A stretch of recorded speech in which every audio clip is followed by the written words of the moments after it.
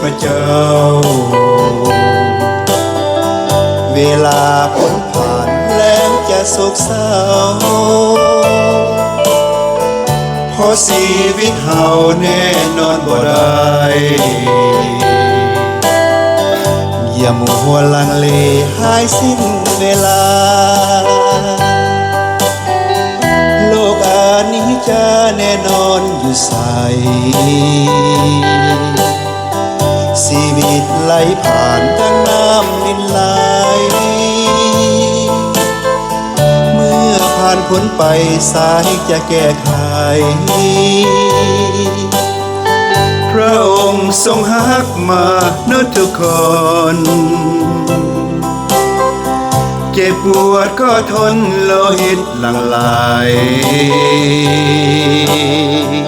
ยอมสิ้นพระชนเพื่อคนทั้งหลาย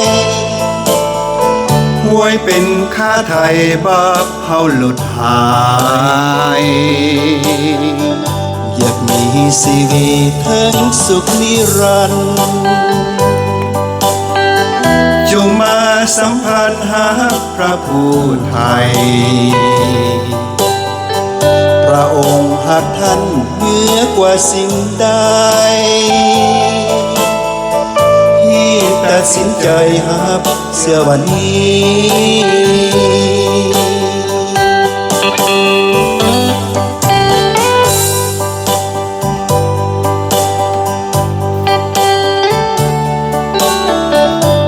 เพลงนี้เซฟโดยไอซอนอยู่บนสปริงเดลเมืองอาร์คันซอส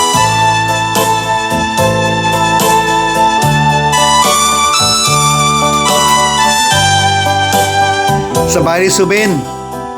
พระองค์ทรงฮักมานุทุกคนเจ็บปวดก็ทนโลหิตหลั่งไหลยอมสิ้นพระชนเพื่อคนทั้งหลายไว้เป็นค่าไถ่บาปเฮาหลุดหายอยากมีชีวิตถึงสุขนิรันดร์จงมาสัมพันธ์หาพระผู้ไทยพระองค์หักท่านเหนือกว่าสิ่งใดที่ตัดสินใจหาเสียวันนี้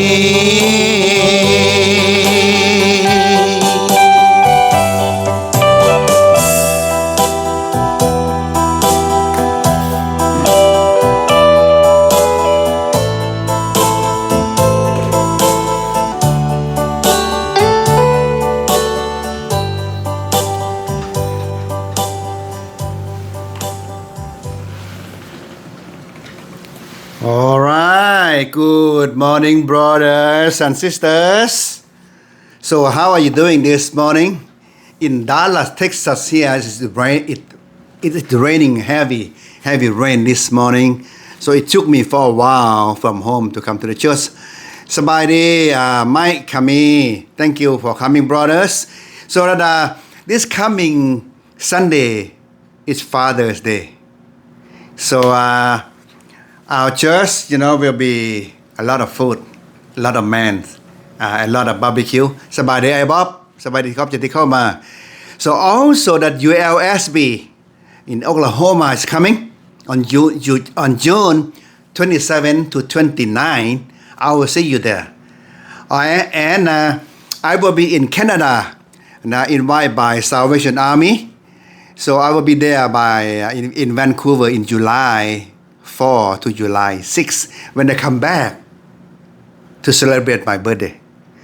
And then in July 21 to 26 I will be with LCC in Florida. So I hope to see you there. And I go anywhere with the word of God for you, brother and sister. But for right now, we want to study the book of Acts chapter 2 verse 8 to verse 11. สบายดีนางน้องวงเดือนสบายดีพระธรรมกิจการบทที่2ข้อที่8ถึงข้อ11ให้พี่น้องเปิดไปที่นั้น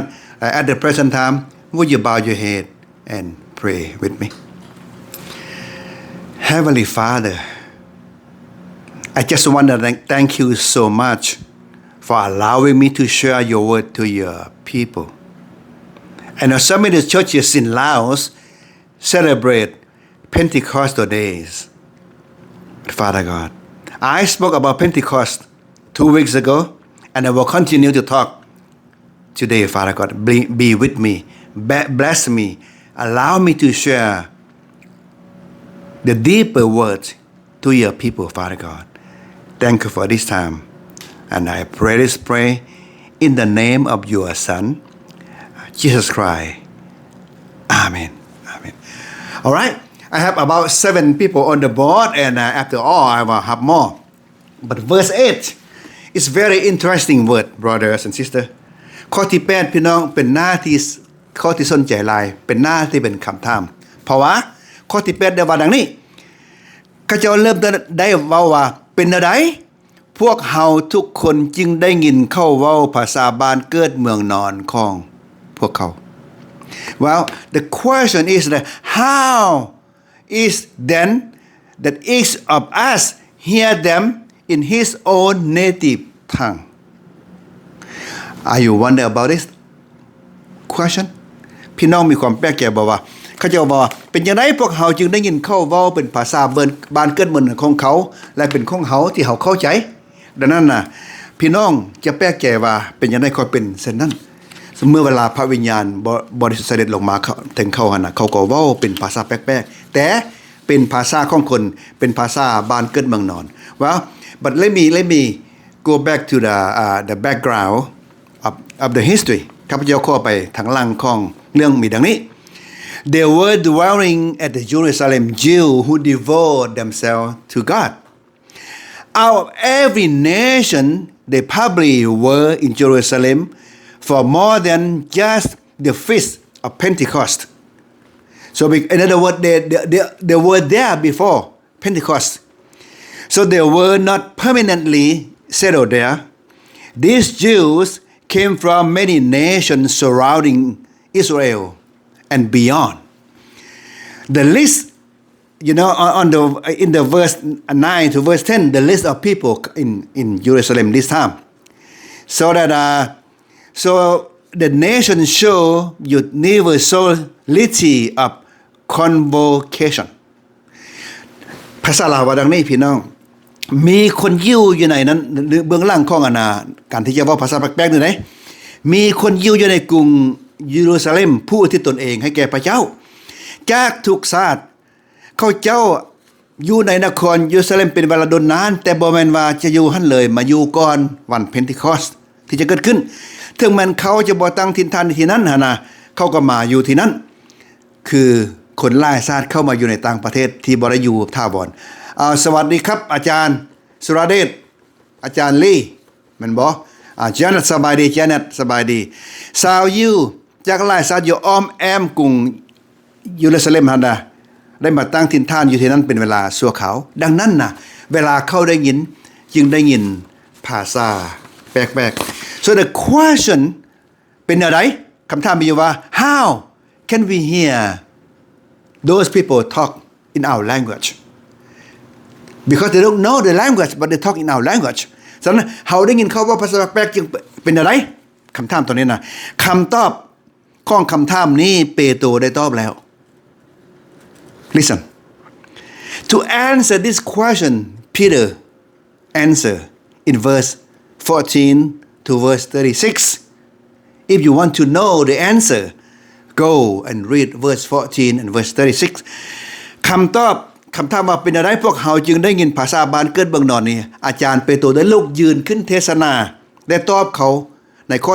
14ถึงข้อ16ในบอนเดียวกันนี่แหละพี่น้องกลับขึ้นไปอ่านเบิ่งบอนที่อธิบายว่าเหตุการณ์นี้สำเร็จเหตุการณ์นี้แม้นสำเร็จผลตามคำทำนายของผู้ประกาศพระธรรมโจเอลผู้ประกาศพระธรรมโจเอลได้ประกาศแล้วในพระธรรมโจเอลพี่น้องในพระธรรมโจเอลบทที่2ข้อที่28ถึงข้อ32 So on this the prophet Joel prophet in the book of Joel chapter 2 verse 28 up to verse 32 ข้อนี้หั่นน่ะพระธรรมผู้ประกาศพระธรรมได้ประกาศแล้วว่าในวันสุดท้ายแสดงให้เห็นว่าพระเยซูเป็นพระเมสสิอาและพระองค์ได้ทอกเทพระวิญญาณของพระองค์ใส่คนทั้งหมดการอัศจรรย์เรื่องลิ้นเป็นเครื่องหมายจากพระเจ้าจะแสดงให้เห็นลักษณะของการประกาศพระกิตติคุณของพระเจ้าจะมีหลายภาษาเพื่อเรียกห้องคนทั้งหลายให้ทิ่มใจเก่าเอาใช่ไหม The answer of this question is given by Peter according to chapter 2 verse 14 to verse 36 he explains that his events are fulfillment of the prophecy of Joel demonstrating that Jesus is Messiah and that God has poured out of his spirit on all the people the miracle of the tongues is the sign of God showing the universal nature of the gospel is calling people to repent and believe in Jesus. You got it, brothers, sisters? So if you don't get it, go back and listen. So the list of people to hear people speak in tongue here, verse 9 and verse 10. ฉะนั้นคนที่ได้ยินเสียงภาษาแปลกๆนะพี่น้องที่รักแพงให้พี่น้องไปอ่านข้อ9และข้อ10คนเหล่านี้นะออกมาจากคือประเทศข้าพเจ้าขออ่านดังนี้เลยว่าคือชาวปาเทียชาวเมเดียชาวเอลามและคนอยู่ในประเทศโมโสโปเตเมียแคว้นยูดาห์และประเทศปาโกเดียเกียในแคว้นปอนโตและแคว้นเอเชียในแคว้นฟิเคยแคว้นฟอร์เดเลยและประเทศอียิปต์นั้นมีหลายคนได้ยินเสียงเป็นภาษาแปลกๆซึ่งผู้ประกาศพระธรรมได้ประกาศไว้แล้วข้าพเจ้าเห็นประเทศลาวเพิ่นเริ่มฉลองวันเพนเทคอสเตอยู่ประเทศลาวหลายคนแต่บ่เห็นอยู่ในอเมริกาเริ่มฉลองเท่าใดและเกือบจะบ่เห็นเลยในประเทศนี้เพราะว่าเฮาฮู้ว่าคนยิวเข้ามาตอนนี้นะเขาจะมาก่อนวันเพนเทคอสเตวันเพนเทคอสเตถึงหมายความว่าตอนนั้นมันวันที่พระเจ้าพระวิญญาณบริสุทธิ์ของพระเจ้าได้เสด็จลงมาท่ามกลางพวกสาวกแล้วเขาก็เว้าภาษาแปลกๆเป็นลิ้นมาเป็นรูปไฟลิ้นอันหมายความว่าต่อไปนี้การประกาศข่าวประเสริฐจะได้เป็นภาษาหลายภาษาและเป็นไฟนั้นจะเผาผ่านความชั่วร้ายเผาผ่านจิตใจผู้เชื่อพระเจ้าให้กระตือรือร้นในการประกาศข่าวประเสริฐเพราะว่าเขาได้รับ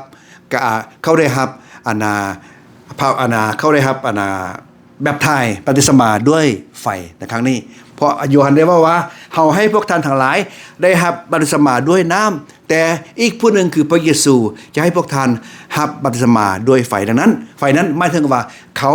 รับบัพติศมาด้วยไฟเมื่อไฟนั้นเข้าในจุจิตใจเขาแล้วเขาจะฮ้อนหนในการประกาศข่าวประเสริฐและไฟนั้นจะเผาผ่านสิ่งชั่วร้ายออกจากชีวิตจิตใจของผู้ที่เชื่อทุกคนพี่น้องที่รักแพงอันนี้แหละเป็นเรื่องของเพนเทคอสต์ที่มาในวันนั้นดังนั้นหลายคนจึงเฉลิมฉลองวันนั้นแต่หลายคนก็บ่ได้เฉลิมฉลองเพราะว่าเป็นความเชื่อของแต่ละคนหวังว่าพี่น้องจะเข้าใจในตอนเช้ามื้อนี้ขอพี่น้องร่วมใจอ้อนวอนนำข้าพเจ้า Heavenly Father again thank you so much for allowing me to explain about Pentecost. It's a lot of meaning. It's a lot of things. Sometimes, I mentioned 3 weeks ago, they celebrate about 3 things. Father God, thank you so much for allowing me to talk to your people about Pentecost. And I say this prayer in the name of your Son, Jesus Christ. Amen. Amen. All right, brothers and sisters, I will see you Sunday for Father's Day. And I believe people in FLBC will wear tuxedo because Father's Day. God bless you. See you. Bye-bye.